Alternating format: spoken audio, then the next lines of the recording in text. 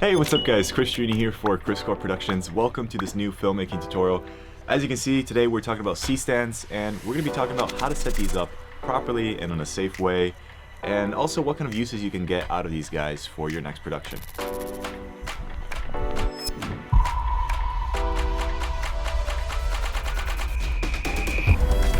Now before we get into this, let's go through some basic naming of the C-stand, which you may not need or may need it. This is pretty much the main part of the stand, and it has these different knobs and risers, and it usually comes with 2 or 3. Then you have your gobo head here, and you have your extension arm, which is this piece with its own head up here. To set this up, what you want to first do is separate these legs out. So you could just grab them and just do that, and they kind of snap into place. Different C-stands will have different ways of opening its legs up. Some of them will have another knob down here. Some of them are just gonna snap out like this one did. These things can be pretty annoying, but essentially what you wanna do is open the legs apart like so, and then you wanna have the tallest leg facing the direction of your load that you're gonna be putting onto the C-stand. So if you're putting a light that's just gonna be in this direction, you want the tallest leg to be facing that same direction, and we're gonna see why in just a second. So that's tip number 1, just remember this. Face the tallest leg the same direction of your workload that you're going to be putting on your C-stand. And also you wanna sandbag that leg. So tallest leg is the one that should be sandbagged, and that's because we want the least amount of sandbag to be touching the ground. So we want most of its weight to be on the C-stand.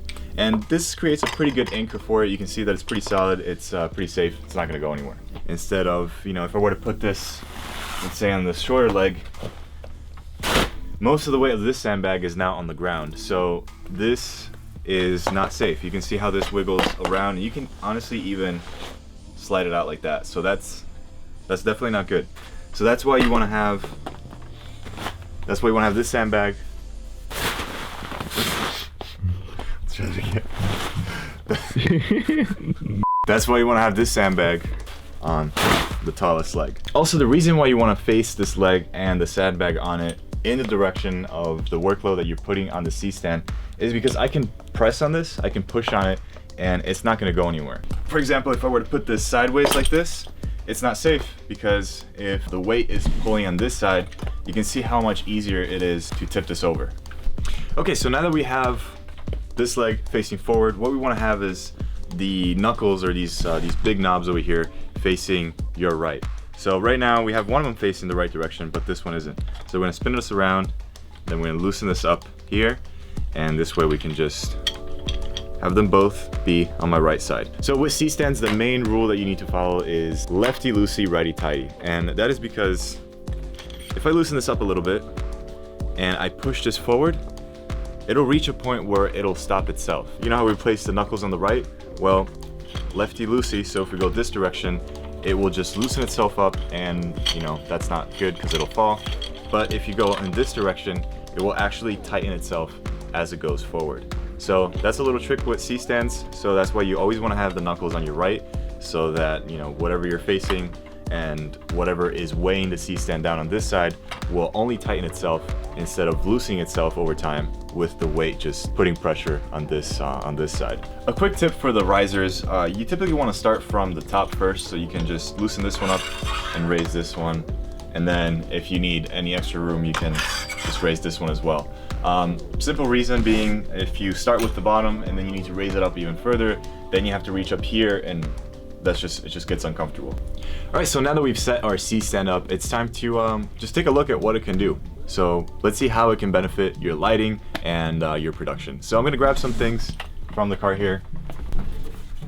A silk and a cookie cutter. So with C-stands, you can add a bunch of stuff like these things over here. So you can actually stop down your light by using some just giant scrims. You can also soften the quality of your light. Oops. You can also soften the quality of your light with some silk screens that you can put in your C-stand and place in front of your light. And then also you can create some shape to your light by using some cookie cutters. And essentially what these are, they will make a pattern in your light, just break it up a little bit.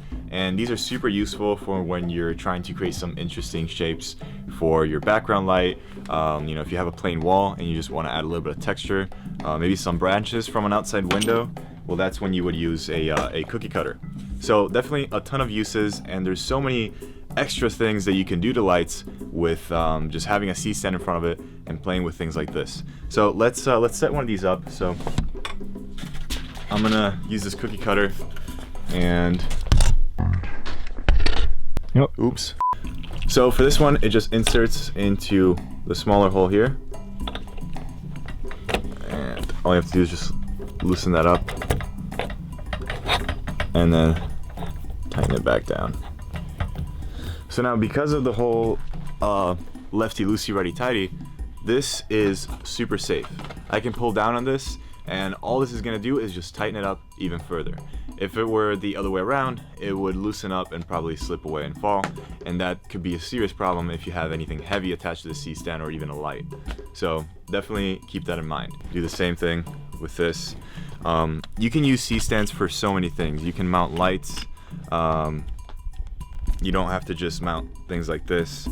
You can put some serious weight on these things, and C-stands are awesome. Alright, so you pretty much get the gist of it. You get what C-stands are for, but now let's see them in action. Let's grab a light and let's see a real life example of how we can use C-stands to change some lights a little bit. So right now you can see that I have some diffusion on here. I can just get rid of this, and I can simply place this silk in front of it, and that will soften the light quite a bit. This can be a great tool for when you have, you know, like talent and you want to soften the main key on them if it's being a little too harsh or creating some harsh shadows. You can see that that already gives a nice diffuse quality compared to that, which is much, you can see that that's much harsher. If you look at the light and the shadows part, the difference is pretty significant. Like, oops. Bring that back in. You know, you're losing a little bit of light, but it's also giving you a much softer quality, which is really nice. So you can do that with diffusion paper, or you can use a C-stand and throw something in front of the light, like this piece right here. Since we have a nice harsh light coming from this light, let me just show you what this cookie cutter does. So, now the interesting thing about cookie cutters is that its shape, or the size of the shape and the shadows that it casts, changes based on how close or far away this is from your light.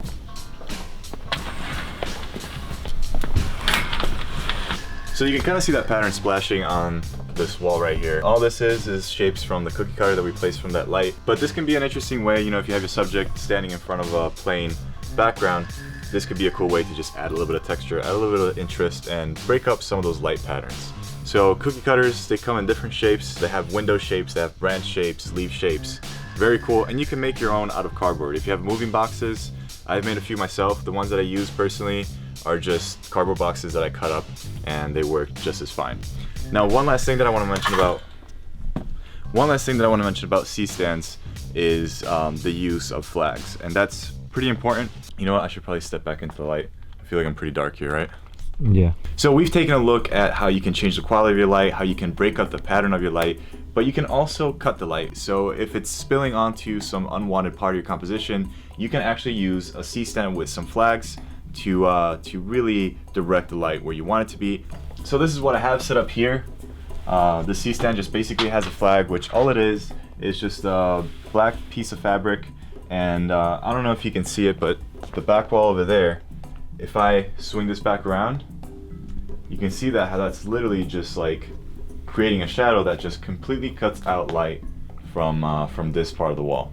So this might seem like a simple thing and it can be overlooked, but trust me, this can be a lifesaver sometimes because it's really hard to control light. And let's say if you have a 1K blasting into a living room of your scene, and the walls and the ceiling are kind of catching that light and spilling it back into your subject, you might not want that. So this can be just an extra step that you can take in really controlling that light and dialing it in to where you want it to shine in your composition. So flags are something that are super important, and they're super useful. All right guys, that is it for this video. I hope you enjoyed it. I hope you learned something on C-stands, and if you did like this video, give it a like and share with your friends. That honestly helps out so much. And if you like this type of stuff, I post videos every week on filmmaking and short films and visual effects. So if you're into that, consider subscribing and consider supporting me on Patreon if you're into that sort of thing, because honestly, that's a huge help as well. All right guys, my name is Chris Trini for Kriscoart Productions, and I will see you next week.